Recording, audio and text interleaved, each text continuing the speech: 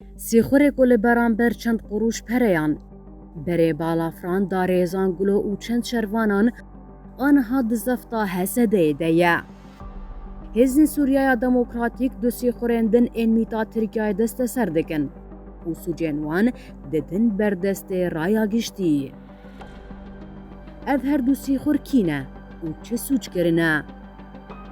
ئلیاس محەممەد ڕەحیل ئێژ دربێسیێ و حەمید خەلیل ئەحمەد ئێژ عامودێ بدهên cihên navendên leşkerî û tevgera şervanên Rojavayê Kurdistanê xistine destê Tirkiyeyê û hatine bombebarankirin. İlyasê 26 salî li ser nexşeyê cihên navendên leşkerî yên Tiltemir, Zirgan, Amûdê û Dirbêsiyê bo balafir û topavêjên Tirkiyeyê dest nîşan dike. Ev dever hemû bûn armanca êrişên ezmanî û bi seba wê hejmarek şervan şehîd bûn.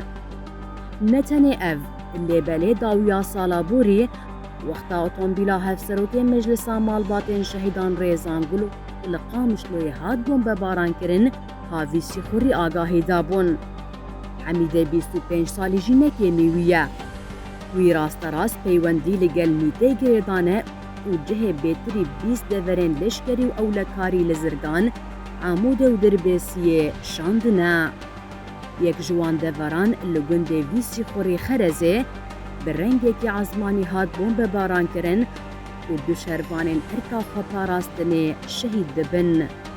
Li gor Hesedeyê, ev herdû sîxur aniha li ber destê dadmendiyê qenewerin darizandin.